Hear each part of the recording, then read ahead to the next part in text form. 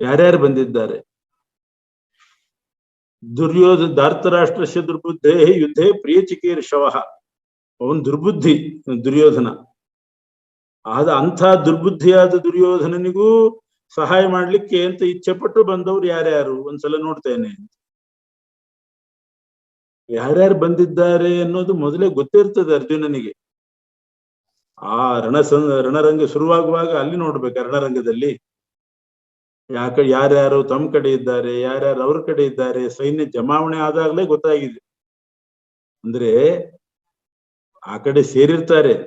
ಪೂರ್ತಿ ಯುದ್ಧ ಮಾಡೋ ಸಂದರ್ಭ ಬಂದಾಗ ಮನಸ್ಸು ಬದಲಾಯಿಸಿ ಬಿಡ್ತಾರೇನೋ ಅಂತ ಇವನಿಗೊಂದು ಅನುಮಾನ ಇತ್ತು. ಬಿಟ್ಟಿದಾರೋ ಅಥವಾ ಬಂದಿದ್ದಾರೋ ನೋಡ್ತೀನಿ ಅಂತ ಅರ್ಥ. ಮನಸ್ಸು ಬದಲಾಯಿಸಿ ಏನಾದ್ರೂ ಉಳ್ಕೊಂಡ್ ಬಿಟ್ಟಿದ್ರೆ ಕೆಲವರು, ಆದ್ರೂ ಒಂದ್ಸಲ ನೋಡ್ತೇನೆ ಅಂತ ನೋಡ್ದ. ಎಲ್ರೂ ಬಂದಿದ್ದಾರೆ, ಯಾರು ಬಿಡ್ಲಿಲ್ಲ, ಮನಸ್ಸು ಬದಲಾಯಿಸಿ. ಗುಡಾಕೇಶ ಪ್ರಾರ್ಥನೆ ಮಾಡಿದ ಮೇಲೆ ಋಷಿಕೇಶ ರಥವನ್ನ ನಿಲ್ಲಿಸಿದ ಅಂತ. ಗುಡಾಕೇಶ ಅಂದ್ರೆ ಯಾರು? ಗುಡಾಕೇಶ ಪ್ರಾರ್ಥನೆ ಮಾಡಿದ ಮೇಲೆ ಅಂದ್ರೆ ಅರ್ಜುನ ಪ್ರಾರ್ಥನೆ ಮಾಡಿದ ಮೇಲೆ ಅಂತ ಅರ್ಥ. ಅವನಿಗೆ ಅರ್ಜುನನಿಗೆ ಗುಡಾಕೇಶ ಅಂತ ಹೆಸರು, ಕೃಷ್ಣನಿಗೆ ಋಷಿಕೇಶ ಅಂತ ಹೆಸರು. ಗುಡಾಕ ಅಂದ್ರೆ ನಿದ್ದೆ, ಸಂಸ್ಕೃತದಲ್ಲಿ ಅದು ಗುಡಾಕ ಅಂದ್ರೆ ನಿದ್ದೆ. ಅದಕ್ಕೆ ಈಶಃ ಅಂತಂದ್ರೆ ನಿದ್ದೆ ಗೆದ್ದವನು ಅಂತ ಅರ್ಥ. ಗುಡಾಕಾಯಾಹ ನಿದ್ರಾಯಾಹ ಈಶೇನ ಅಂದ್ರೆ ಜಿತ ನಿದ್ರೇಣ, ನಿದ್ದೆ ಮೇಲೆ ಅವನಿಗೆ ಪ್ರಭುತ್ವ.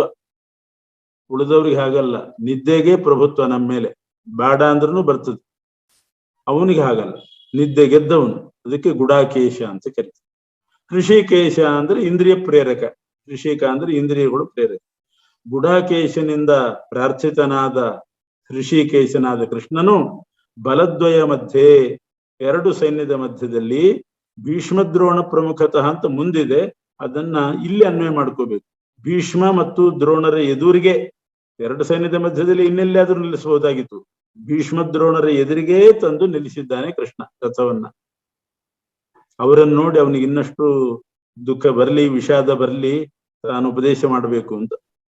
ರಥಂ ಸ್ಥಾಪಯಿತ್ವ, ರಥವನ್ನು ನಿಲ್ಲಿಸಿ, ಹೇ ಪಾರ್ಥ ಸಮವೇತಾನ್ ಯುದ್ಧಾರ್ಥಂ ಮಿಲಿತಾನ್. ಸಮವೇತಾನ್ ಅಂದ್ರೆ ಯುದ್ಧಕ್ಕೋಸ್ಕರ ಸೇರಿದಂತ ಏತಾನ್ ಈ ಕೌರವರನ್ನ ಪಶ್ಯ ನೋಡು ಅಂತ ಹೇಳಿ. ತತ್ರ ಅನ್ನೋದಕ್ಕೆ ವಿವರಣೆ, ಸೇನೆಯೋರ್ ಉಭಯೋರಪಿ, ಎರಡೂ ಸೇನೆಯಲ್ಲಿಯೂ ಕೂಡ ಯಾರ್ಯಾರು ಬಂದಿದ್ದಾರೆ ನೋಡು ಅಂತ ತೋರಿಸ್ತಾರೆ. ಎಲ್ರು ಯಾರ್ಯಾರು ಬಂದಿದ್ರು? ಪಿತೃನಥ ಪಿತಾಮಹಾನ್, ಕೆಲವರು ತಂದೆ ಸ್ಥಾನದಲ್ಲಿರುವವರು, ಕೆಲವರು ಅಜ್ಜಂದ್ರ ಸ್ಥಾನದಲ್ಲಿರುವವರು, ಕೆಲವರು ಆಚಾರ್ಯರು, ಕೆಲವರು ಮಾವಂದರು, ಸೋದರ ಮಾವಂದರಾಗಬೇಕು, ಅಣ್ಣ ತಮ್ಮಂದರಾಗಬೇಕು, ಇಲ್ಲ ಮಕ್ಕಳಾಗಬೇಕು, ಮೊಮ್ಮಕ್ಕಳಂತೆ ಇದ್ದಾರೆ, ಕೆಲವರು ಸಖಿ ಸ್ನೇಹಿತರಿದ್ದಾರೆ, ಹೆಣ್ಣು ಕೊಟ್ಟ ಮಾವಂದರಿದ್ದಾರೆ.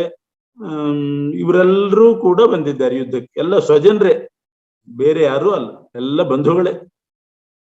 ತಾನ್ ಅವಸ್ಥಿತಾನ್ ಸರ್ವಾನ್ ಬಂಧೂನ್ ಸಮೀಕ್ಷೈವ, ಬಂದಂಥ ಎಲ್ಲ ಬಂಧುಗಳನ್ನೇ ನೋಡಿದ. ವಿಷಾದಂ ಕುರ್ವನ್, ವಿಷಾದ ಉಂಟಾಯ್ತು ಅವನಿಗೆ. ಮುಂದಿನ ಮಾತನ್ನ ಕೃಷ್ಣನಿಗೆ ಹೇಳ್ತಾ ಇದ್ದಾನೆ. ಯಾಕೆ ಬಂದವರೆಲ್ಲ ಬಂಧುಗಳೇ. ಕೆಲವರು ಪಿತೃ ತಂದೆ ಪಾಂಡು ಇಲ್ಲ, ಆದ್ರೆ ತಂದೆಗೆ ಸಮಾನರು ಇದ್ದಾರೆ. ಪಿತಾಮಹ ಅವರಿಗೆ ಸಮಾನರು, ಅಜ್ಜಂದರಾಗ್ಬೇಕು, ತಂದೆ ಸಮಾನರು, ಅಜ್ಜಂದರಂತೆ ಇರುವವರು, ಇವರೆಲ್ಲ ಇದ್ದಾರೆ. ಇವರನ್ನು ನೋಡಿ ವಿಷಾದ ಉಂಟಾಯಿತು. ಮೋಹ ನಿಮಿತ್ತಕಾತ್ ಶೋಕಾತ್, ಮೋಹ ಅಂದ್ರೆ ಅಜ್ಞಾನ. ಅಜ್ಞಾನದಿಂದ ಬರತಕ್ಕಂಥ ದುಃಖದಿಂದ ಮನಸ್ಸಿಗೆ ದೌರ್ಬಲ್ಯ ಉಂಟಾಗ್ತದೆ. ಆ ದೌರ್ಬಲ್ಯ ಬಂದಾಗ ಎಲ್ಲ ಇಂದ್ರಿಯಗಳ ಶಕ್ತಿ ಹೋಗಿ ಕುಸಿದು ಬಿಡ್ತಾನೆ. ಅದಕ್ಕೆ ವಿಷಾದ ಅಂತ ಕರೀತಾರೆ. ಏನು ತತ್ವ ಅನ್ನೋದು ಅರ್ಜುನನಿಗೆ ಮರ್ತೋಗಿತ್ತು, ಜ್ಞಾನಿಯೇ ಮರ್ತೋಗಿತ್ತು, ತಿರೋಹಿತ ಆಗಿತ್ತು. ಮೋಹ ಅಂದ್ರೆ ಹಾಗೆ, ಅಜ್ಞಾನ ಅಲ್ಲ, ಅವನು ಇಂದ್ರಾಂಶ. ಮತ್ತೇನು ಮೋಹ ಅಂದ್ರೆ? ಅಜ್ಞಾನ ಅಲ್ಲ, ಮರ್ತು ಹೋಗಿತ್ತು. ಆ ಸಮಯಕ್ಕೆ ಮರ್ತು ಹೋಯ್ತು. ಯಾವುದು ಕರ್ತವ್ಯ, ಕರ್ಮವೇ ಮುಖ್ಯ, ಬಂಧು ಬಾಂಧವರು ಅನ್ನೋದು ನೋಡಬಾರ್ದು, ಇಂಥದ್ದೆಲ್ಲ ಮರ್ತು ಹೋಯ್ತು ಅವನಿಗೆ. ಅದರಿಂದ ಶೋಕ ಉಂಟಾಯ್ತು ಹೃದಯದಲ್ಲಿ. ಶೋಕದಿಂದ ಮನೋದೌರ್ಬಲ್ಯ ಬಂತು, ಮನಸ್ಸು ದುರ್ಬಲ ಆಗಿಬಿಡ್ತದೆ. ಮನಸ್ಸು ದುರ್ಬಲ ಆದಾಗ ಕೈ ಶಕ್ತಿ, ಕಾಲಿನ ಶಕ್ತಿ ಎಲ್ಲ ಹೋಗಿ ನಡಿಲಿಕ್ಕೂ ಆಗೋದಿಲ್ಲ, ನಿಂತುಕೊಳ್ಳಿಕ್ಕೂ ಆಗೋದಿಲ್ಲ, ಕಣ್ಣಿಂದ ನೋಡ್ಲಿಕ್ಕೂ ಆಗೋದಿಲ್ಲ, ಕಣ್ ಕತ್ಲೆ ಬರ್ತದೆ. ಹೀಗೆ ಮೋಹದಿಂದ ಶೋಕ, ಶೋಕದಿಂದ ಮನೋದೌರ್ಬಲ್ಯ, ಮನಸ್ಸಿನಿಂದ ಉಳಿದ ಇಂದ್ರಿಯಗಳ ಕೆಲಸ ನಿಂತು ಹೋಗ್ತದೆ ಆ ಮನೋ ದೌರ್ಬಲ್ಯದಿಂದ. ಇದು ಅರ್ಜುನನಿಗಾದ ಸ್ಥಿತಿ. ಇದನ್ನೇ ವಿಷಾದ ಅಂತ ಕರೀತಾರೆ. ಇದಿಷ್ಟು ಅರ್ಜುನನಿಗೆ ಬಂದ ವಿಷಾದ. ಏನ್ ಹೇಳಿದ ವಿಷಾದಕ್ಕೊಳಗಾಗಿ ಹೇಳಿದ್ದೇನು ಅಂತ ಮುಂದೆ ನಿರೂಪಣೆ ಮಾಡ್ತಾರೆ. ವಿಷಾದಕ್ಕೊಳಗಾಗಿ ಅರ್ಜುನ ಕೃಷ್ಣನಿಗೆ ಏನ್ ಹೇಳಿದ ಅಂತ ಅನ್ನೋದನ್ನ ವೈಶಂಪಾಯನರು ಜನ್ಮೇಜಯರಾಜನಿಗೆ ಹೇಳ್ತಾ ಇದ್ದಾರೆ. ಇದಮಬ್ರವೀತ್, ಈ ಮಾತನ್ನ ಹೇಳಿದ ಅಂತ ಹೇಳಿ ಅರ್ಜುನನ ವಾಕ್ಯವನ್ನೇ ಅನುವಾದ ಮಾಡ್ತಾ ಇದ್ದಾರೆ. ದೃಷ್ಟ್ವಾ ಅಂತ ಪ್ರಾರಂಭ ಮಾಡಿ ಅಧ್ಯಾಯ ಸಮಾಪ್ತಿ ಆಗುವವರೆಗೆ ಅರ್ಜುನನ ವಾಕ್ಯವನ್ನೇ ಹೇಳಿದ್ದಾರೆ. ಹೇ ಕೃಷ್ಣ, ಸಕಲ ಲೋಕ ಕರ್ಷಕ, ಎಲ್ಲಾ ಲೋಕವನ್ನ ಆಕರ್ಷಣೆ ಮಾಡತಕ್ಕಂಥ ಕೃಷ್ಣನೇ, ನಿಯಮನಾದಿಗಳನ್ನ ಮಾಡೋದ್ರ ಮೂಲಕ ಎಲ್ಲಾ ಲೋಕವನ್ನ ಆಕರ್ಷಣೆ ಮಾಡೋದ್ರಿಂದ ಅವನು ಕೃಷ್ಣ ಅಂತ ಅನಿಸ್ಕೊಂಡಿದ್ದಾನೆ. ಹೇ ದೇವೇಶ, ದೇವಾಧಿಪತಿಯೇ, ಎಲ್ಲಾ ಜಗತ್ತನ್ನ ನಿಯಂತ್ರಣ ಮಾಡಿ ಕರ್ಷಿಸಿ ನಿನ್ನ ಕಡೆ ಆಕರ್ಷಣೆ ಮಾಡ್ಕೋತಾ ಇದ್ದಿ. ಆದ್ರಿಂದ ಮುನಿಗಳು ನಿನ್ನನ್ನು ಕೃಷ್ಣ ಅಂತ ಕರೀತಾರೆ, ಬ್ರಹ್ಮವಾದಿಗಳು. ಹೇ ಕೃಷ್ಣನೇ, ಯುಯುತ್ಸುಂ ಅಂದ್ರೆ ಯೋದ್ಧಮಿಚ್ಛಂತಂ, ಯುದ್ಧ ಮಾಡ್ಲಿಕ್ಕೆ ಇಚ್ಛೆಪಟ್ಟಂತ, ಸಮುಪಸ್ಥಿತಂ ಚೆನ್ನಾಗಿ ತಮ್ಮ ತಮ್ಮ ಸ್ಥಾನದಲ್ಲಿ ನಿಂತಿರುವಂತಹ, ದೃಷ್ಟ್ವೇಮಂ ಸ್ವಜನಂ ಅಂದ್ರೆ ಬಂಧು ಜನರನ್ನ, ದೃಷ್ಟ್ವಾ ನೋಡಿ, ಮಮ ಗಾತ್ರಾಣಿ ಸೀದಂತಿ ಅಂತ ಶ್ಲೋಕದಲ್ಲಿದೆ. ಶಿಥಿಲವಾಗ್ತಾ ಇದೆ ಅವಯವಗಳು, ಬಾಯಿ ಒಣಗ್ತಾ ಇದೆ, ಮುಖ ಬಾಡಿ ಹೋಗಿದೆ, ಶರೀರದಲ್ಲಿ ಏಪಥು ಅಂದ್ರೆ ಕಂಪ, ನಡುಕ ಉಂಟಾಗಿದೆ. ರೋಮಹರ್ಷಶ್ಚ ಜಾಯತೆ ಅಂದ್ರೆ ರೋಮಾಂಚಶ್ಚ ಜಾಯತೆ ಅಂತ ಅರ್ಥ ಬರೆದು, ರೋಮಾಂಚ ಉಂಟಾಗ್ತಾ ಇದೆ. ಗಾಂಡೀವ ಧನಸ್ಸು ಕೈಯಿಂದ ತಾನಾಗೆ ಕೆಳಗೆ ಬೀಳ್ತಾ ಇದೆ. ತ್ವಕ್ಯ ಪರಿತಪ್ಯತೆ, ದೇಹ ಎಲ್ಲ ಕಡೆ ಮೈ ಉರಿತಾ ಇದೆ, ಸುಡ್ತಾ ಇದೆ. ನನ್ನ ಮನಸ್ಸು ತಿರುಗ್ತಾ ಇದೆ ಅಂತ ಭ್ರಮೆಗೊಳಗಾಗಿದೆ. ನಿಮಿತ್ತಾನಿ ಚ ಪಶ್ಯಾಮಿ ವಿಪರೀತಾನಿ ಕೇಶವ, ವಿಪರೀತವಾದ ನಿಮಿತ್ತಗಳು, ದುರ್ನಿಮಿತ್ತಗಳನ್ನ ನೋಡ್ತಾ ಇದ್ದೇನೆ. ಕೇಶವ ಅಂತ ಸಂಬೋಧನೆ ಮಾಡಿದ್ದಾನೆ ಅರ್ಜುನ. ಅಂದ್ರೆ ಕೇಶವ ಅನ್ನೋ ಶಬ್ದಕ್ಕೆ ಬ್ರಹ್ಮ ರುದ್ರ ಪ್ರವರ್ತಕ. ಕ ಈಶ ವ, ಕ ಅಂದ್ರೆ ಬ್ರಹ್ಮ, ಈಶ ಅಂದ್ರೆ ರುದ್ರ, ವ ಅಂದ್ರೆ ಪ್ರವರ್ತಕ. ಕಶ್ಚ ಈಶಶ್ಚ ಕೇಶವು, ಕ ಮತ್ತು ಈಶ, ಕೇಶ ಅಂತ ಆಯ್ತು. ಅವರಿಬ್ಬರನ್ನ ಬ್ರಹ್ಮರುದ್ರರನ್ನ ಸೃಷ್ಟಿಯಾದಿನ ವರ್ತಯತಿ, ಅವರಿಗೆ ಸೃಷ್ಟಿಯಾದಿಗಳನ್ನ ಮಾಡ್ತಾ ಪ್ರೇರಣೆ ಮಾಡ್ತಾನಾದ್ರಿಂದ ಪ್ರವರ್ತಕನಾಗಿದ್ದಾನಾದ್ರಿಂದ ಕೇಶವ ಅಂತ ಹೆಸರು. ಚತುರ್ಮುಖ ಬ್ರಹ್ಮದೇವರಿಗೆ ಕ ಅಂತ ಹೆಸರು. ಈಶ ಶಂಕರ ಏವಚ, ಈಶ ಅಂದ್ರೆ ಶಂಕರ. ಸೃಷ್ಟಿಯಾದಿನ ವರ್ತಯತಿ, ಸೃಷ್ಟಿ ಸಂಹಾರಗಳನ್ನ ಮಾಡುವಂತೆ ಅವರನ್ನ ಪ್ರವರ್ತನೆಗೊಳಿಸ್ತಾನೆ. ಬ್ರಹ್ಮದೇವರು ಸೃಷ್ಟಿಕರ್ತರು, ರುದ್ರದೇವರು ಲಯಕರ್ತರು, ಸಂಹಾರಕರ್ತರು. ಈ ರೀತಿ ಅವ್ರನ್ನ ಪ್ರವೃತ್ತಿಗೊಳಿಸೋದ್ರಿಂದ ತೌ ಯತಃ ಕೇಶವೋ ಭವಾನ್, ಅವರಿಬ್ಬರನ್ನ ಪ್ರವೃತ್ತಿಗೊಳಿಸ್ತಿದೆ, ಆದ್ರಿಂದ ನೀನು ಕೇಶವನಾಗಿದ್ದಿ ಅಂತ ಶ್ಲೋಕ ಇದೆ. ಅಲ್ಲ, ಯುದ್ಧ ಮಾಡೋದಿಲ್ಲ ಅಂತ ಅಂತಿದೆಯಲ್ಲ, ಯುದ್ಧದಿಂದ ಶ್ರೇಯಸ್ ಲಾಭ ಆಗ್ತದೆ, ಯುದ್ಧೇನ ಶ್ರೇಯೋ ಲಭ್ಯತೆ, ನಿಂಗೆ ಶ್ರೇಯಸ್ ಉಂಟಾಗ್ತದೆ ಅಂತಂದ್ರೆ ಅದಕ್ಕೆ ಅರ್ಜುನ ಹೇಳ್ತಾನೆ, ನನಗೆ ಯಾವ ಶ್ರೇಯಸ್ಸು ಆಗ್ತದೆ ಅಂತ ನನಗೆ ಅನಿಸ್ತಾ ಇಲ್ಲ. ಆಹವೇ ಅಂದ್ರೆ ಯುದ್ಧೇ ಅಂತ ಅರ್ಥ. ಯುದ್ಧದಲ್ಲಿ, ಆಹವೇ ಯುದ್ಧದಲ್ಲಿ ಬಂಧುಗಳನ್ನ ಕೊಂದು ನನಗೇನು ಶ್ರೇಯಸ್ಸಾದೀತು, ಯಾವ ಶ್ರೇಯಸ್ಸಾಗ್ತದೆ ಅಂತ ನನಗೆ ಅನಿಸ್ತಾ ಇಲ್ಲ. ವಿಜಯ ಆಗ್ತದಲ್ಲ ಅಂತಂದ್ರೆ ನಕಾಂಕ್ಷೆ ವಿಜಯಂ ಕೃಷ್ಣ, ಆಹವೇ ಯುದ್ಧದಲ್ಲಿ ವಿಜಯಾಧಿಕಂ ಫಲಂ ನೇಚ್ಛಾಮಿ, ರಾಜ್ಯ ಸುಖ, ವಿಜಯ, ರಾಜ್ಯ ಸುಖ ಮೊದಲಾದ ಯಾವ ಫಲವನ್ನು ನಾನು ಅಪೇಕ್ಷೆ ಪಡ್ತಾ ಇಲ್ಲ. ರಾಜ್ಯ, ಅದರ ಭೋಗ, ಬದುಕು ತಗೊಂಡೇನ್ ಮಾಡೋದು? ಸ್ವಜನರನ್ನ ಕೊಂದು ಯಾರಿಗೋಸ್ಕರ ರಾಜ್ಯ ಭೋಗ ಸುಖಗಳು ಬೇಕೋ ಅಂಥ ಬಂಧುಗಳೇ ಯುದ್ಧದಲ್ಲಿ ಹಣ ಪ್ರಾಣ ಎಲ್ಲ ಬಿಟ್ಟು ಯುದ್ಧದಲ್ಲಿ ನಿಂತಿದ್ದಾರೆ. ಯಾರಿಗೋಸ್ಕರ ಪ್ರಯೋಜನ ಆಗ್ಲಿ ಅನ್ನೋ ನಿಮಿತ್ತದಿಂದ ರಾಜ್ಯಾದಿಗಳು ನಮಗೆ ಅಪೇಕ್ಷಿತವಾಗಿದೆಯೋ ತೈಮೇ ಬಾಂಧವಾಹ, ಅಂಥ ಬಂಧುಗಳಾದ ನಮ್ಮ ಕೌರವರೆಲ್ಲರೂ ಪ್ರಾಣ ಸಂಪತ್ತು ಎಲ್ಲ ಬಿಟ್ಟು ಯುದ್ಧದಲ್ಲಿ ನಿಂತಿದ್ದಾರೆ. ಯಾರದು? ತೇಕೆ ಇತ್ತತಃ ಆಚಾರ್ಯ ಇತಿ, ಆಚಾರ್ಯರಿದ್ದಾರೆ, ದ್ರೋಣಾಚಾರ್ಯ ಮೊದಲಾದವರು, ಪಿತೃಗಳಾಗುವವರಿದ್ದಾರೆ, ಮಕ್ಕಳಾಗ್ತಕ್ಕಂಥವ್ರು ಅಂದ್ರೆ ದುರ್ಯೋಧನನ ಮಕ್ಕಳು, ಅವರೆಲ್ಲ ಅರ್ಜುನನ ಮಕ್ಕಳಿದ್ದ ಹಾಗೆ ಮಕ್ಕಳಿದ್ದಾರೆ. ಪಿತಾಮಹಂದರು, ಅಜ್ಜಂದರಿದ್ದಾರೆ, ಮಾತುಲರು, ಮಾವಂದರು, ಸೋದರ ಮಾವಂದರು, ಮೊಮ್ಮಕ್ಕಳು, ಹೆಂಡತಿ ಸಂಬಂಧಿಗಳು, ಶಾಲಾ ಸಂಬಂಧಿನ ತಥಾ, ಶಾಲಾ ಅಂದ್ರೆ ಹೆಂಡತಿ ಅಣ್ಣ ತಮ್ಮಂದರು, ಬೇರೆ ಸಂಬಂಧಿಗಳು, ಇವರೆಲ್ಲ ಇದ್ದಾರೆ. ಹೇ ಮಧುಸೂದನ, ಘ್ನತೋಪಿ, ಅವರು ನಮ್ಮನ್ನ ಕೊಂದರೂ ಕೂಡ ಅವರನ್ನ ನಾವು ಕೊಲ್ಲಿಕ್ಕೆ ಇಚ್ಛೆ ಪಡ್ತಾ ಇಲ್ಲ. ಅಪಿ ತ್ರೈಲೋಕ್ಯ ರಾಜ್ಯಸ್ಯ, 3 ಲೋಕ ಸಿಗ್ತದೆ ಅಂತಂದ್ರೂ ನಾನು ಕೊಲ್ಲಿಕ್ಕೆ ಇಚ್ಛೆ ಪಡೋದಿಲ್ಲ. ಕಿನ್ನು ಮಹೀಕತೆ, ಬರೇ ಒಂದು ಭೂಮಿಗೋಸ್ಕರವಾಗಿ ಅವ್ರನ್ನ ಯಾಕೆ ಕೊಲ್ಬೇಕು? ಅವ್ರನ್ನ ಕೊಲ್ಲುವ ಇಚ್ಛೆ ನನಗೆ ಇಲ್ವೇ ಇಲ್ಲ ಅಂತ ದೃಢವಾಗಿ ಹೇಳ್ತಿದ್ದಾನೆ. ಯುದ್ಧದಿಂದ ಬೆನ್ನಾಕಿ ಹೋದ ನನ್ನನ್ನ ಅವರು ಕೊಲ್ಲೋದಾದ್ರೆ ತರ್ಹಿ, ಆ ಪಕ್ಷದಲ್ಲಿ ಘನತೋಪಿ, ಅವ್ರು ನನ್ನನ್ನು ಕೊಂದರೂ ಕೂಡ ನೈವ ಹಂತು ಇಚ್ಛಾಮಿ ಅಂತ ಅರ್ಥ. ಅವ್ರು ನನ್ನ ಕೊಂದರೂ ನಾನಂತೂ ಇಚ್ಛೆ ಪಡೋದಿಲ್ಲ ಅವ್ರನ್ನ ಕೊಲ್ಲಿಕ್ಕೆ. ಹೇ ಮಧುಸೂದನ ಅಂತ ಸಂಬೋಧನೆ ಮಾಡಿದ್ದಾನೆ. ಮಧುನಾಮಕ ದೈತ್ಯ ಮರ್ದನ ಅಂತ ಅರ್ಥ. ಮಧುನಾಮಕ ದೈತ್ಯನನ್ನ ಮರ್ದನ ಮಾಡಿದ ಕೃಷ್ಣನೇ. ಕೈಮುತ್ಯ ನ್ಯಾಯ ಅಂತಾರೆ. 3 ಲೋಕಕ್ಕೆ ನಾನು ಇಚ್ಛೆ ಪಡೋದಿಲ್ಲ, ಬರೀ ಭೂಮಿಗೆ ಇಚ್ಛೆ ಪಡ್ತೀನಿ. 3 ಲೋಕದ ರಾಜ್ಯ ನಿಮಿತ್ತಕವಾಗಿಯೂ ಏತಾನ್ ಹಂತುಂ ನೇಚ್ಛಾಮಿ, ಇವರನ್ನು ಕೊಲ್ಲಿಕ್ಕೆ ಇಚ್ಛೆ ಪಡೋದಿಲ್ಲ. ಜನಾರ್ದನ, ಧೃತರಾಷ್ಟ್ರನ ಮಕ್ಕಳನ್ನು ಕೊಂದು ನಮಗೇನು ಪ್ರೀತಿ ಆಗಬೇಕಾಗಿದೆ? ಐಹಿಕ ಸುಖ, ಈ ಲೋಕದಲ್ಲಿ ಏನಾದರೂ ಸುಖ ಉಂಟಾ? ನಕೆಮಪಿ, ಏನೂ ಇಲ್ಲ. ನಾಪಿ ಪಾರತ್ರಿಕಂ, ಪರಲೋಕದ ಸುಖವೂ ಇಲ್ಲ. ಪರಲೋಕದ ದುಃಖಕ್ಕೆ ಕಾರಣವಾದ ಪಾಪವೇ ನಮಗೆ ಬರ್ತದೆ. ಅದನ್ನೇ ಪಾಪಮೇ ವಾಶ್ರಯ ತಸ್ಮಾನ್ ಹತ್ವೈತಾನ್ ಆತತಾಯಿನಃ ಅಂತ ಹೇಳಿದ್ದಾರೆ. ಆತತಾಯಿಗಳಾದ ಇವರನ್ನು ಕೊಂದು ನಮಗೆ ಪಾಪವೇ ಬರ್ತದೆ ಅಂತಂದ್ರೆ ಇಹಲೋಕದ ಸುಖನೂ ಇಲ್ಲ, ಪಾರತ್ರಿಕ ಸುಖನೂ ಇಲ್ಲ, ಪಾರತ್ರಿಕ ದುಃಖಕ್ಕೆ ಕಾರಣವಾದ ಪಾಪವೇ ಬರ್ತದೆ. ಜನ ಅರ್ಧನ, 2 ಶಬ್ದ ಸೇರಿ ಕೃಷ್ಣನಿಗೆ ಜನಾರ್ದನ ಅಂತ ಹೆಸರು ಬಂದಿದೆ. ಜನ ಅಂದ್ರೆ ಹುಟ್ಟು ಇಲ್ಲದವನು, ಅರ್ಧನ ಅಂದ್ರೆ ಅರ್ಧಯತಿ ಸಂಸಾರಂ, ಈ ಸಂಸಾರ ದುಃಖವನ್ನ ಪರಿಹರಿಸುವವನು. ಜನಶ್ಚಾಸೌ ಅರ್ಧನಶ್ಚ, ಈ ಜನ ಅರ್ಧನ 2 ಶಬ್ದ ಸೇರಿಸಿದ್ರೆ ಜನಾರ್ದನ ಅಂತ ಆಗ್ತದೆ. ಅಲ್ಲಿ ಆತತಾಯಿನಃ ಅನ್ನೋ ಶಬ್ದ ಇದೆ. ಕೌರವರು ಆತತಾಯಿಗಳು, ಅವರನ್ನ ಕೊಂದ್ರೂ ನಮಗೆ ಪಾಪ ಬರ್ತದೆ ಅಂತ ಅರ್ಜುನ ಹೇಳ್ತಿದ್ದಾನೆ. ಆತತಾಯಿ ಅಂದ್ರೆ ಯಾರು? ಕೌರವರು ಆತತಾಯಿಗಳು ಹೇಗೆ? 6 ಮಂದಿಯನ್ನ ಆತತಾಯಿ ಅಂತ ಕರೀತಾರೆ. ಅಗ್ನಿದಹ, ಮನೆಗೆ ಬೆಂಕಿ ಹಚ್ಚುವವರು. ಗರದಹ, ವಿಷ ಹಾಕಿ ಕೊಲ್ಲುವವರು. ಆಯುಧ ಹಿಡ್ಕೊಂಡು ಬರ್ತಕ್ಕಂಥವ್ರು. ಧನಾಪಹ, ಹಣ ಕದ್ದವರು. ಕ್ಷೇತ್ರ ದಾರಾಪಹಾರೀಚ, ಹೊಲ ಗದ್ದೆಗಳನ್ನ, ಭೂಮಿಯನ್ನ ಕದ್ದವರು ಮತ್ತು ಪತ್ನಿಯನ್ನ ಅಪಹಾರ ಮಾಡ್ತಕ್ಕಂಥವ್ರು. 6 ಮಂದಿಗೆ ಆತತಾಯಿ ಅಂತ ಕರೀತಾರೆ. ಇತ್ಯುಕ್ತ ಲಕ್ಷಣಾತ್, ಈ ಕೌರವರು 6 ರೀತಿಯಲ್ಲಿ ಆತತಾಯಿಗಳೇ ಆಗಿದ್ದಾರೆ. ಬೆಂಕಿ ಹಚ್ಚಿದ್ದಾರೆ, ವಿಷ ಹಾಕಿದ್ದಾರೆ ಪಾಂಡವರಿಗೆ, ಆಯುಧ ಹಿಡ್ಕೊಂಡು ಯುದ್ಧಕ್ಕೆ ಬಂದಿದ್ದಾರೆ, ಹಣ ದೋಚಿದ್ದಾರೆ ಜೂಜಾಡಿ, ಇವರ ಭೂಮಿ ಕಸ್ಕೊಂಡಿದ್ದಾರೆ, ದ್ರೌಪದಿಯನ್ನು ಮಾನಭಂಗ ಪ್ರಯತ್ನ ಮಾಡಿದೆ.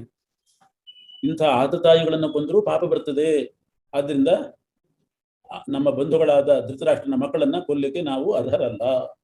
ಮತ್ತು ಸೀದಂತೆ ಮಮಗಾತ್ರಾಣಿ ಅಂತ ಹೇಳಿದಂತೆ ಅವಯವ ಎಲ್ಲ ಶಿಥಿಲಾಗಿ ಹೋಗಿದೆ, ಗಾಂಡೀವ ಜಾರಿ ಬಿಡ್ತಾ ಇದೆ, ಕೈಯಿಂದ ನಿಲ್ಲಿಕ್ಕಾಗ್ತಾ ಇಲ್ಲ. ಈ ಕಾರಣದಿಂದ ಬಂಧುಗಳಾದ ಧೃತರಾಷ್ಟ್ರನ ಮಕ್ಕಳನ್ನ ಕೊಲ್ಲಿಕ್ಕೆ ನಾವು ಅರ್ಹರಲ್ಲ. ಬೇರೆ ಬೇರೆ ಬಂಧುಗಳು ಸೇರಿರ್ತಾರೆ ಅವ್ರ ಕಡೆ. ದಾಕ್ಷಿಣ್ಯಕ್ಕೆ ಅನೇಕ ಜನ ಸೇರಿದ್ದಾರೆ, ಅವ್ರನ್ನ ಕೊಲ್ಲಬೇಕಾಗ್ತದೆ.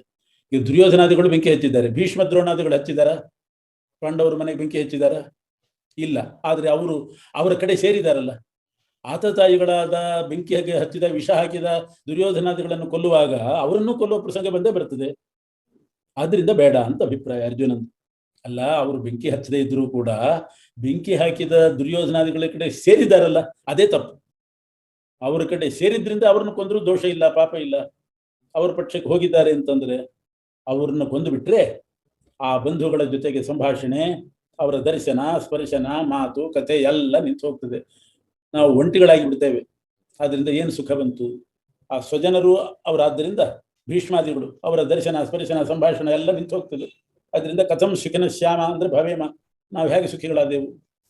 ಅಲ್ಲ, ಈ ಬುದ್ಧಿಯಿಂದ ಅವರೇ ದೂರ ಸರಿಬಹುದಾಗಿತ್ತಲ್ಲ ಕೌರವರು, ಅವರ್ಯಾಕೆ ದೂರ ಸರಿಲಿಲ್ಲ ಅಂತ ಪ್ರಶ್ನೆ ಬಂದ್ರೆ ಅದಕ್ಕೆ ಕೃಷ್ಣ ಹೇಳ್ತಾನೆ, ಏತೆ ಅಂದ್ರೆ ದುರ್ಯೋಧನಾದಿಗಳು, ಅವರಿಗೆ ರಾಜ್ಯಲೋಭ, ಅವರು ತಲೆ ಕೆಟ್ಟೋಗಿದೆ, ಉಪಹತ ಚೇತಸಃ, ಮನಸ್ಸು ಸರಿಯಾಗಿಲ್ಲ, ಕೆಟ್ಟೋಗಿದೆ.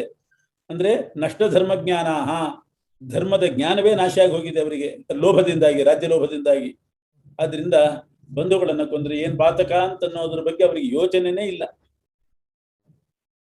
ತಥಾಪಿ ಅವರಿಗಿಲ್ಲ, ಆದ್ರೆ ನಮಗಂತೂ ನಾವು ವಿಚಾರ ಮಾಡಿದ್ದೀವಲ್ಲ. ತಥಾಪಿ ಹೇ ಜನಾರ್ದನ ಅಂದ್ರೆ ಮತ್ತೆ ಹಿಂದಿನಂತೆ ಅರ್ಥ. ಜನನ ರಹಿತ, ಸಂಸಾರ ಅರ್ಧನ, ಹುಟ್ಟು ಇಲ್ಲದವನು, ಸಂಸಾರ ದುಃಖ ಪರಿಹರಿಸ್ತಕ್ಕಂಥ ಕೃಷ್ಣನೇ. ಕುಲನಾಶಾದ್ರಿಂದ ಏನು ದೋಷ ಅನ್ನೋದನ್ನ ವಿಚಾರ ಮಾಡಿದಂಥ ನಾವು ಆ ದೋಷದಿಂದ ಹಿಂದಿಟ್ಟು ಹಾಕ್ಬೇಕೋ ಬೇಡವೋ? ಅಸ್ಮಾತ್ ದೋಷ ನಿವರ್ತಿತು ಕಥಂ ನ ಜ್ಞೇಯಂ, ನಮಗ್ಯಾಕೆ ತಿಳಿಬಾರ್ದು? ನಾವು ವಿಚಾರ ಮಾಡಿದ್ದೀವಿ ಕುಲನಾಶ ಆದ್ರೆ ಏನ್ ದೋಷ ಅಂತ. ನಾವ್ಯಾಕೆ ತಿಳಿಬಾರ್ದು? ಅದನ್ನ ಇದನ್ನ ಯುದ್ಧ ಬಿಡಬೇಕು ಅಂತ ನಾವ್ಯಾಕೆ ತಿಳಿಬಾರ್ದು? ಅವರಿಗೆ ತಲೆ ಕೆಟ್ಟೋಗಿ ಧರ್ಮಜ್ಞಾನ ನಾಶ ಆಗಿದೆ ಅವರಿಗೆ. ಏನು ಕುಲನಾಶ ಆದ್ರೆ ಏನ್ ಪಾತಕ, ಏನ್ ದೋಷ ಬರ್ತದೆ? ನೀ ಏನ್ ವಿಚಾರ ಮಾಡಿದ್ದಿ? ಕುಲನಾಶದಿಂದ ಏನ್ ದೋಷ ಅಂದ್ರೆ ಅದನ್ನ ಅರ್ಜುನ ಹೇಳ್ತಾನೆ. ಕುಲನಾಶ ಆದ್ರೆ ಕುಲಧರ್ಮಗಳೇ ನಿಂತು ಹೋಗ್ತದೆ. ಸನಾತನ ಅಂದ್ರೆ ಪರಂಪರಾ ಪ್ರಾಪ್ತವಾಗಿ ಹಿಂದಿನವರೆಲ್ಲ ನಡೆಸ್ಕೊಂಡು ಬಂದಿರತಕ್ಕಂಥ ಕುಲಧರ್ಮ ಅಂತ ಇರ್ತದೆ, ಮನೆಯಲ್ಲಿ ಮಾಡಬೇಕಾದ್ದು. ಆ ಧರ್ಮಗಳೆಲ್ಲ ನಿಂತು ಹೋಗ್ತದೆ. ಎಲ್ಲ ಭೀಷ್ಮಾದಿಗಳನ್ನೆಲ್ಲ ಕೊಂದು ಹಾಕಿಬಿಟ್ರೆ ಆ ಕುಲಧರ್ಮ ಮಾಡುವವರು ಯಾರು? ಕ್ಷತ್ರಿಯಾದಿ ಕುಲಗಳಿಗೆ ಒಂದೊಂದು ಧರ್ಮ ಅಂತಿದೆ, ಆ ಧರ್ಮ ನಿಂತು ಹೋಗ್ತದೆ. ಧರ್ಮೇನಷ್ಟೇ ಕುಲಧರ್ಮ ನಾಶ ಆದ್ರೆ ಕುಲಂ ಕೃತ್ಸ್ನಂ ಅಧರ್ಮೋಭಿಭವತ್ಯುತ. ಯಾವಾಗ ಧರ್ಮ ನಿಂತು ಹೋಯಿತೋ ಅಧರ್ಮ ಆಕ್ರಮಣ ಮಾಡ್ತದೆ ಆ ಕುಲದಲ್ಲಿ. ಸಮಸ್ತ ಕುಲದಲ್ಲಿ ಅಧರ್ಮ ಸೇರಿಬಿಡ್ತದೆ. ಅಧರ್ಮ ಆಕ್ರಾಂತಂ ಭವತಿ. ವಾರ್ಷ್ಣೇಯ ಅಂದ್ರೆ ವೃಷ್ಣಿ ಕುಲದಲ್ಲಿ ಹುಟ್ಟಿದಂತಹ ಕೃಷ್ಣನೇ ಯಾವಾಗ ಕುಲಧರ್ಮ ನಿಂತು ಹೋಗಿ ಅಧರ್ಮ ಆಕ್ರಮಿಸ್ತದೋ ಆಗ ಕುಲಸ್ತ್ರೀಯರೆಲ್ಲ ದೋಷಕ್ಕೊಳಗಾಗ್ತಾರೆ. ಕುಲಸ್ತ್ರೀಯರು ಹಾಳಾಗ್ತಾರೆ. ಸ್ತ್ರೀಯರು ಹಾಳಾದ್ರೆ ಅವರ ಸಂತತಿ ಹಾಳಾಗ್ತದೆ. ಸ್ತ್ರೀಯರು ದುಷ್ಟರಾಗಿ ಬಿಟ್ರೆ ಬ್ರಾಹ್ಮಣರಿಂದ ಅಬ್ರಾಹ್ಮಣ ಸ್ತ್ರೀಯರಲ್ಲಿ ಹುಟ್ಟೋದು, ಅಬ್ರಾಹ್ಮಣರಿಂದ ಬ್ರಾಹ್ಮಣ ಸ್ತ್ರೀಯರಲ್ಲಿ ಹುಟ್ಟೋದು, ಹೀಗೆಲ್ಲ ವರ್ಣ ಸಾಂಕರ್ಯ ಬಂದ್ಬಿಡ್ತದೆ. ಅವ್ರು ಯಾವ ವರ್ಣದವರು ಅಂತಲೇ ಗುರುತಿಡಿಲಿಕ್ಕೆ ಆಗೋದಿಲ್ಲ. ವರ್ಣ ಸಾಂಕರ್ಯ ಬಂತು ಅಂತಾದ್ರೆ ಈಗ ಯಾರನ್ನೋ ಮದುವೆ ಮಾಡಿಕೊಂಡು ಆ ಸ್ತ್ರೀಯರು ದೋಷದಿಂದ ಮಕ್ಕಳು ಹುಟ್ಟಿದ್ರೆ ಅದಕ್ಕೆ ವರ್ಣ ಸಾಂಕರ್ಯ. ಅಂತಹ ವರ್ಣ ಸಾಂಕರ್ಯ ಬಂದಾಗ ಮಕ್ಕಳು, ಮೊಮ್ಮಕ್ಕಳು, ಈ ಸಂತಾನ ಎಲ್ಲವೂ ಕೂಡ ನರಕಕ್ಕೆ ಬೀಳಬೇಕಾಗ್ತದೆ. ಯಾಕೆ? ಲುಪ್ತ ಪಿಂಡೋದಕ ಕ್ರಿಯಾ. ವರ್ಣ ಸಾಂಕರ್ಯ ಬಂದಾಗ ಅಂದ್ರೆ ಬ್ರಾಹ್ಮಣ ವರ್ಣದವರಿಗೆ ವರ್ಣದ ಸ್ತ್ರೀಯರಲ್ಲಿ ಬೇರೆಯವರಿಂದ ಮಕ್ಕಳು ಹುಟ್ಟಿದರೆ ಅವರಿಗೆ ಲುಪ್ತ ಪಿಂಡೋದಕ ಕ್ರಿಯಾ, ಅವರಿಗೆ ಶ್ರಾದ್ದ ಪಿಂಡ ಪ್ರದಾನ ಯಾವುದಕ್ಕೂ ಅಧಿಕಾರ ಇಲ್ಲ. ಆವಾಗ ಹಿಂದಿನ ಪಿತೃಗಳೆಲ್ಲ ನರಕಕ್ಕೆ ಬಿಡಬೇಕಾಗ್ತದೆ. ಇದು ಕುಲಧರ್ಮ ನಾಶ ಆದ್ರೆ ಆಗ್ತಕ್ಕಂತಹ ಪರಿಣಾಮ. ಕುಲಕ್ಷಯ ಆದ್ರಿಂದ ಆ ಕುಲದ ಗಂಡಸರೆಲ್ಲ ನಾಶ ಆಗಿಬಿಟ್ರೆ ಕುಲ ಸ್ತ್ರೀಯರು ದುಷ್ಟರಾಗ್ತಾರೆ, ಅವರಲ್ಲಿ ದೋಷ ಬರ್ತದೆ, ವರ್ಣ ಸಾಂಕರ್ಯ ಬರ್ತದೆ, ಆಮೇಲೆ ಹಿಂದಿನವರೆಲ್ಲ ನರಕಕ್ಕೆ ಬೀಳ್ತಾರೆ. ಇದನ್ನ ನಾನು ವಿಚಾರ ಮಾಡಿದ್ದೀನಿ, ದುರ್ಯೋಧನಾದಿಗಳು ವಿಚಾರ ಮಾಡಿಲ್ಲ. ಅದರಿಂದ ಅವರು ಯುದ್ಧಕ್ಕೆ ಬಂದ್ರು ಅಂತ ನಾವು ಯುದ್ಧ ಮಾಡಿ ಎಲ್ಲಾ ಕ್ಷತ್ರಿಯ ಕುಲ ನಾಶ ಮಾಡಿಬಿಟ್ರೆ ಆ ಸ್ತ್ರೀಯರ ಗತಿ ಏನು? ವರ್ಣಸಂಕರಕಾರಕವಾದ ಕುಲಘ್ನರ ದೋಷದಿಂದ, ಅಂದ್ರೆ ಕುಲಘ್ನರು ಅಂದ್ರೆ ಕುಲನಾಶ ಮಾಡಿದವರು. ಈಗ ನಾನು ಯುದ್ಧ ಮಾಡಿ ಕುಲನಾಶ ಮಾಡಿದ್ರೆ ನಾನು ಕುಲಘ್ನ. ಅದರಿಂದ ಏನಾಯ್ತು? ವರ್ಣಸಾಂಕರ್ಯ ಬಂತು. ಆ ವರ್ಣಸಾಂಕರ್ಯಕ್ಕೆ ಕಾರಣವಾದ ದೋಷದಿಂದ ಜಾತಿ ಧರ್ಮ, ಕುಲಧರ್ಮ, ಶಾಶ್ವತವಾದ ಎಲ್ಲ ನಿಂತು ಹೋಗ್ತದೆ. ಜಾತಿ ಧರ್ಮ ಅಂದ್ರೆ ಕ್ಷತ್ರಿಯತ್ವಾದಿ ಜಾತಿ ಪ್ರಯುಕ್ತ ಧರ್ಮಗಳು, ಕುಲಧರ್ಮಗಳು ಶಾಶ್ವತ ಅಂದ್ರೆ ಪರಂಪರಾ ಪ್ರಾಪ್ತವಾದ ನಿಂತು ಹೋಗ್ತದೆ. ಈ ಜಾತಿ ಧರ್ಮ ಎಲ್ಲ ನಾಶ ಆಗಿಬಿಟ್ರೆ ಆ ಮನುಷ್ಯರಿಗೆ ನರಕದಲ್ಲಿ ವಾಸ ಬರ್ತದೆ. ಹೀಗೆ ಹಿಂದಿನವರು ಹೇಳಿದ್ದಾರೆ. ಪ್ರಾಯಶ್ಚಿತ್ತ ಮಾಡದೇ ಇದ್ದವರು, ಪಾಪದಲ್ಲಿ ನಿರತರಾದವರು, ಪಶ್ಚಾತ್ತಾಪ ಇಲ್ಲದಿದ್ದವರು ಕಷ್ಟಕರವಾದ ನರಕಕ್ಕೆ ಹೋಗ್ತಾರೆ. ಇಂಥ ವೃದ್ಧರಿಂದ ಈ ರೀತಿ ಹೇಳ್ತಕ್ಕಂಥ ವೃದ್ಧರಿಂದ ನಾವು ಕೇಳಿದ್ದೇವೆ. ಹೀಗೆ ಬಂಧು ವಧೆ ಮಾಡಿದ್ರೆ ಅದು ದೋಷಕ್ಕೆ ಕಾರಣ ಅಂತ ನಿಶ್ಚಯ ಮಾಡಿಕೊಂಡು ಸಂತಾಪಕ್ಕೊಳಗಾದ ಅರ್ಜುನ ಹೇಳ್ತಿದ್ದಾನೆ, ರಾಜ್ಯದ ಸುಖಲೋಭದಿಂದ ಸ್ವಜನರನ್ನ ಕೊಲ್ಲಿಕ್ಕೆ ಹೊರಟಂತ ನಾವು ಮಹಾ ಪಾಪವನ್ನ ಮಾಡ್ಲಿಕ್ಕೆ ಹೊರಟಿದ್ದೇವೆ ಅಂತಲೇ ಅರ್ಥ. ಬಹಳ ಕಷ್ಟ ಇದೆ. ಮೇಲ್ನೋಟಕ್ಕೆ ರಾಜ್ಯ ಸುಖ ಸಿಗಬಹುದು, ಆದ್ರೆ ಎಲ್ಲಾ ಗಂಡಸರನ್ನ ನಾಶ ಮಾಡಿದ್ರೆ ಆ ಸ್ತ್ರೀಯರು ದುಷ್ಟರಾಗಿ ವರ್ಣಸಾಂಕರ್ಯ ಬಂದು ನರಕಕ್ಕೆ ಬೀಳ್ತಾರಲ್ಲ, ಇಂತಹ ಮಹಾಪಾತಕಕ್ಕೆ ಹೊರಟಿದ್ದೇವೆ. ನಾನಂತೂ ಪ್ರತೀಕಾರ ಮಾಡೋದಿಲ್ಲ, ಸುಮ್ಮನೆ ನಿಂತು ಬಿಡ್ತೇನೆ. ಅಶಸ್ತ್ರಂ, ಶಸ್ತ್ರ ಹಿಡಿಯೋದಿಲ್ಲ. ತೂಷ್ಣೀಂ ಆಸೀನಂ, ಸುಮ್ಮನೆ ನಿಂತಿರ್ತೇನೆ. ಇಂಥ ನನ್ನ ಮೇಲೆ ಯದಿ ಶಸ್ತ್ರಪಾಣಯ ಧಾರ್ತರಾಷ್ಟ್ರ, ಆಯುಧ ಹಿಡಿದ ದುರ್ಯೋಧನಾದಿಗಳು ರಣೆಯ ಹನ್ಯು ಯುದ್ಧದಲ್ಲಿ ಕೊಂದ್ರೆ ತರ್ಹಿ ತದ್ಧನನಂ ಮೇ ಕ್ಷೇಮತರಂ. ಆ ರೀತಿ ಕೊಂದ್ರೆ ಅದೇ ನನಗೆ ಅತ್ಯಂತ ಹಿತ. ಯಾಕೆ? ಬಂಧುವಧ ಅನ್ನೋ ದೋಷ ನನಗೆ ಬರೋದಿಲ್ಲ, ಮತ್ತು ಯುದ್ಧದಲ್ಲಿ ಸತ್ಯ ಅಂತ ಹೇಳಿ ಸದ್ಗತಿನೂ ಆಗ್ತದೆ, ಅದೇ ಹಿತ. ಅವ್ರು ನನ್ನನ್ನು ಕೊಲ್ಲಿಬೇಕಾದ್ರೆ. ಅರ್ಜುನ ಇಷ್ಟು ಹೇಳಿ, ಸಂಖ್ಯೆ ಅಂದ್ರೆ ಯುದ್ಧದಲ್ಲಿ ರಥೋಪಸ್ಥೆ, ರಥದ ಮಧ್ಯದಲ್ಲೇ ಸಶರಂಚಾಪಂ ವಿಸೃಜ್ಯ, ಬಾಣದಿಂದ ಕೂಡಿದ ಬಿಲ್ಲು ಅಂದ್ರೆ ಬಿಲ್ಲು ಬಾಣ ಎರಡನ್ನೂ ಬಿಟ್ಟು ಶೋಕದಿಂದ ಸಂವಿಘ್ನ ಮಾನಸಃ, ಶೋಕದಿಂದ ಸಂವಿಘ್ನ ಮಾನಸ ಅಂದ್ರೆ ನಡುಗ್ತಾ ಇರುವಂತಹ ಮನಸ್ಸುಳ್ಳವನಾಗಿ, ಚಂಚಲ ಚಿತ್ತನಾಗಿ ಬಾಣ ಬಿಲ್ಲುಗಳನ್ನ ಬಿಟ್ಟು ಕೂತ ಅಂತ ಅರ್ಥ. ಮುಂದೇನಾಯ್ತು ಅಂತ ಧೃತರಾಷ್ಟ್ರನ ಪ್ರಶ್ನೆಯನ್ನ ಪರಿಹಾರ ಮಾಡ್ತಾನೆ. ಸಂಜಯ ಉವಾಚ ಅಂತ. ಸಂಖ್ಯೆ ಅಂದ್ರೆ ರಣೆ, ಯುದ್ಧದಲ್ಲಿ ಅಂತ ಅರ್ಥ ಬರುದು. ರಥೋಪಸ್ಥೆ ಅಂದ್ರೆ ರಥ ಮಧ್ಯೆ ಅಂತ ಅರ್ಥ. ಉಪಾವಿಶತ್, ಕೂತ. ಹೇಗೆ ಕೂತ? ಶೋಕೇನ ಕಂಪಿತ ಚಿತ್ತ, ಶೋಕದಿಂದ ಚಂಚಲ ಚಿತ್ತನಾಗಿ, ಸಶರಂ ಚಾಪಂ ವಿಸೃಜ್ಯ, ಬಿಲ್ಲು ಬಾಣ ಬಿಟ್ಟು ಕೂತ. ಆಮೇಲೆ ಏನಾಯ್ತು ಅಂತ ಧೃತರಾಷ್ಟ್ರನಿಗೆ ಅಪೇಕ್ಷೆ ಬಂದಾಗ ಮತ್ತೆ ಸಂಜಯ್ ಹೇಳ್ತಾನೆ, ಹಿಂದೆ ಹೇಳಿದಂತೆ ಕೃಪೆಗೆ ಒಳಗಾದ ವಿಷಣ್ಣನಾದ ಅರ್ಜುನನ ಕುರಿತು ಕೃಷ್ಣ ಹೇಳಿದ. ಕೂತಃ ಅಂತ ಅಲ್ಲಿಂದ ಪ್ರಾರಂಭ ಮಾಡಿ 2 ಶ್ಲೋಕಗಳಿಂದ ಹೇಳ್ತಾನೆ. ಮೊದಲು ಬುದ್ಧಿವಾದ. ಶ್ರೀ ಭಗವಾನುವಾಚ ಕುತಸ್ತ್ವಾಕಸ್ಮಲಮಿದಂ ವಿಷಮೇ ಸಮುಪಸ್ಥಿತಂ ಅನಾರ್ಯ ದುಷ್ಟಮಸ್ವರ್ಗ್ಯಂ ಅಕೀರ್ತಿಕರಮರ್ಜುನ ಕ್ಲೈಬ್ಯಂ ಮಾಸ್ಮಗಮಃ ಪಾರ್ಥ ನೈತತ್ವಯುಪಪದ್ಯತೆ ಕ್ಷುದ್ರಂ ಹೃದಯ ದೌರ್ಬಲ್ಯಂ ತ್ಯಕ್ತೋತ್ತಿಷ್ಠ ಪರಂತಪ. ಹೇ ಅರ್ಜುನ, ಕುತಃ, ಯಾವ ಕಾರಣದಿಂದ ನಿನಗೆ ಇಂಥ ಕಶ್ಮಲ ಉಂಟಾಯಿತು? ವಿಷಮೇ ಅಂದ್ರೆ ಈ ಸಂಕಟ ಕಾಲದಲ್ಲಿ, ಯುದ್ಧ ಕಾಲದಲ್ಲಿ ಈ ಕಶ್ಮಲ ಅಂದ್ರೆ ಮೋಹ ಅಂತ ಅರ್ಥ. ಈ ಮೋಹ ನಿನಗೆ ಯಾಕೆ ಬಂತು? ಈ ಅಜ್ಞಾನ ಯಾಕೆ ಬಂತು? ಇಂಥ ಅಜ್ಞಾನ ಆರ್ಯರಿಗೆ, ಅಂದ್ರೆ ಒಳ್ಳೆ ತಿಳಿದವರಿಗೆ ಇಂಥ ಅಜ್ಞಾನ ಬರಕೂಡುದು. ನಿನಗೆ ಯಾಕೆ ಬಂತು ಮೋಹ? ಇದು ಸ್ವರ್ಗ ವಿರೋಧಿ, ಅಪಕೀರ್ತಿಕರ, ಅಯಶಸ್ಕರಂಚ. ತಸ್ಮಾತ್ ಆದ್ರಿಂದ ಕಲೈಬ್ಯಂ, ಕಾತರತೆಯನ್ನು ಬಿಟ್ಟು ಕಾತರತೆಯನ್ನು ಹೊಂದಬೇಡ. ಮಾಸ್ಮಗಮಃ ನೈವ ಪ್ರಾಪ್ನುಹಿ. ಕ್ಲೈಬ್ಯಂ ಮಾಸ್ಮಗಮಃ ಪಾರ್ಥ ಅಂದ್ರೆ ಕ್ಲೈಬ್ಯ ಅಂದ್ರೆ ಕಾತರತೆಯನ್ನ ಹೊಂದಬೇಡ. ಹೇ ಪಾರ್ಥ, ಏತತ್ ಕ್ಲೈಬ್ಯಂ ತ್ವಯಿ ನೋಪಪದ್ಯತೆ. ಈ ಕಾತರತೆ ಅಂದ್ರೆ ಈ ಹೇಡಿತನ, ಇದು ನಿನ್ನಲ್ಲಿ ಕೂಡೋದಿಲ್ಲ, ನಿನಗೆ ಯೋಗ್ಯವಲ್ಲ ಇದು. ಕ್ಷುದ್ರಂ ಲಾಘವಕರ, ನಿನ್ನನ್ನ ಲಘುವಾಗಿ ನೋಡ್ತಾರೆ ಎಲ್ಲರೂ ಕೂಡ. ಇಂಥ ಹೃದಯ ದೌರ್ಬಲ್ಯಂ ಕಾತರ್ಯಂ ತ್ಯಕ್ತ್ವಾ, ಹೃದಯ ದೌರ್ಬಲ್ಯವನ್ನ, ಈ ಕಾತರತೆಯನ್ನ, ಹೇಡಿತನವನ್ನ ಬಿಟ್ಟು ಎದ್ ನಿಂತುಕೋ. ಉತ್ಥಾಯ ಸನ್ನದ್ಧೋ ಭವ, ಏಳು ಎದ್ದೇಳು, ಯುದ್ಧಕ್ಕೆ ಸನ್ನದ್ಧನಾಗು. ಪರಂತಪ ಅಂತ ಕೃಷ್ಣನೇ ಅರ್ಜುನನಿಗೆ ಹೇಳ್ತಿದ್ದಾನೆ. ಪರಂತಪ ಅಂದ್ರೆ ಪರ ಅಂದ್ರೆ ಶತ್ರು, ಪರಂ ಶತ್ರುಂ ತಾಪಯತಿ ಇತಿ ಶತ್ರು ತಾಪನ, ಶತ್ರು ಸಂಹಾರಕನಾದ ನೀನು ಎದ್ದೇಳು. ಪರಮಾತ್ಮ ಹಿತ ನುಡಿ ಹೇಳಿದ, ಆದ್ರೆ ಆ ಹಿತವನ್ನ ಕೇಳಲಿಲ್ಲ ಇವನು, ಅದನ್ನು ತಿಳ್ಕೊಳ್ಳಿಲ್ಲ, ಹಿತ ನುಡಿಯನ್ನು ಸರಿಯಾಗಿ ತಿಳ್ಕೊಳ್ಳಿಲ್ಲ. ಯಾಕೆಂದ್ರೆ ಬಂಧುಗಳ ಮೇಲಿನ ಸ್ನೇಹ ಮತ್ತು ಕಾರುಣ್ಯ ಇದರಿಂದ ವ್ಯಾಕುಲನಾಗಿ ಕಳವಳಗೊಂಡು ಪರಮಾತ್ಮ ಕೃಷ್ಣ ಹೇಳಿದಂಥ ಹಿತವನ್ನ ಸರಿಯಾಗಿ ಹಿತ ನುಡಿಯನ್ನು ಅರ್ಥ ಮಾಡಿಕೊಳ್ಳದೆ ಅರ್ಜುನ ಮತ್ತೆ ಮುಂದುವರಿಸ್ತಾನೆ 5 ಶ್ಲೋಕದಿಂದ. ಮಧುಸೂದನ, ಮಧುದೈತ್ಯ ಘಾತಕ, ಮಧುನಾಮಕ ದೈತ್ಯನನ್ನು ಕೊಂದಿರತಕ್ಕಂಥ ಅರಿಸೂದನ ಅಂದ್ರೆ ಶತ್ರು ನಿಬರ್ಹಣ, ಶತ್ರುವನ್ನ ನಾಶ ಮಾಡತಕ್ಕಂಥ ಕೃಷ್ಣನೇ. ಸಂಖ್ಯೆ ಅಂದ್ರೆ ಯುದ್ಧದಲ್ಲಿ.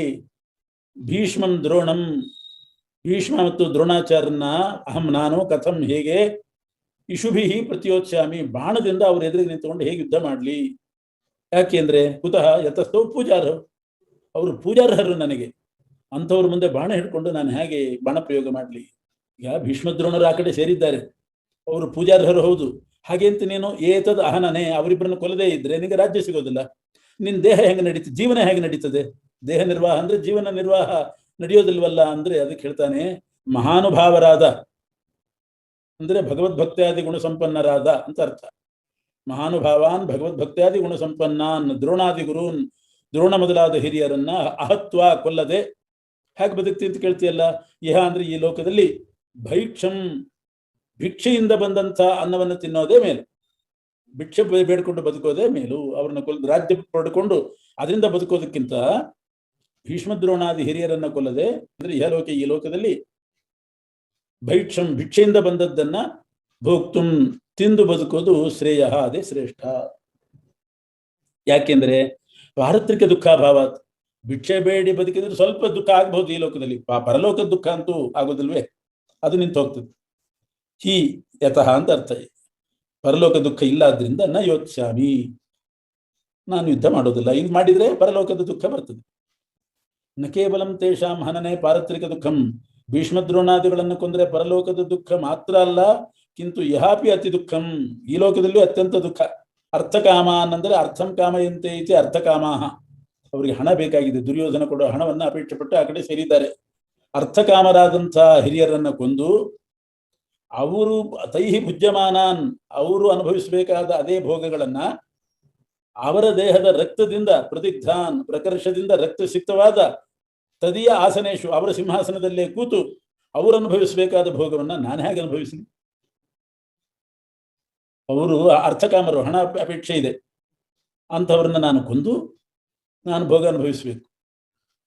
ಅವರು ಅನುಭವಿಸಬೇಕಾದ ಭೋಗವನ್ನ ನಾನು ಅನುಭವಿಸಬೇಕು. ಅದು ಅವರ ರಕ್ತಸಿಕ್ತವಾದ ಆಸನದಲ್ಲಿ ಕೂತು, ಅಂದ್ರೆ ಅವರನ್ನು ಕೊಂದು ಅವರ ಸಮಾಧಿ ಮೇಲೆ ಸಿಂಹಾಸನ ಹಾಕೊಂಡು ಅದ್ರ ಮೇಲೆ ಕೂತ್ಕೊಂಡು ನಾನು ಭೋಗ ಅನುಭವಿಸಿದ ಹಾಗೆ. ಪರಲೋಕ ದುಃಖಕ್ಕಿಂತ ಈ ಲೋಕ ದುಃಖನೇ ಹೆಚ್ಚಾಗಿಬಿಡ್ತದೆ.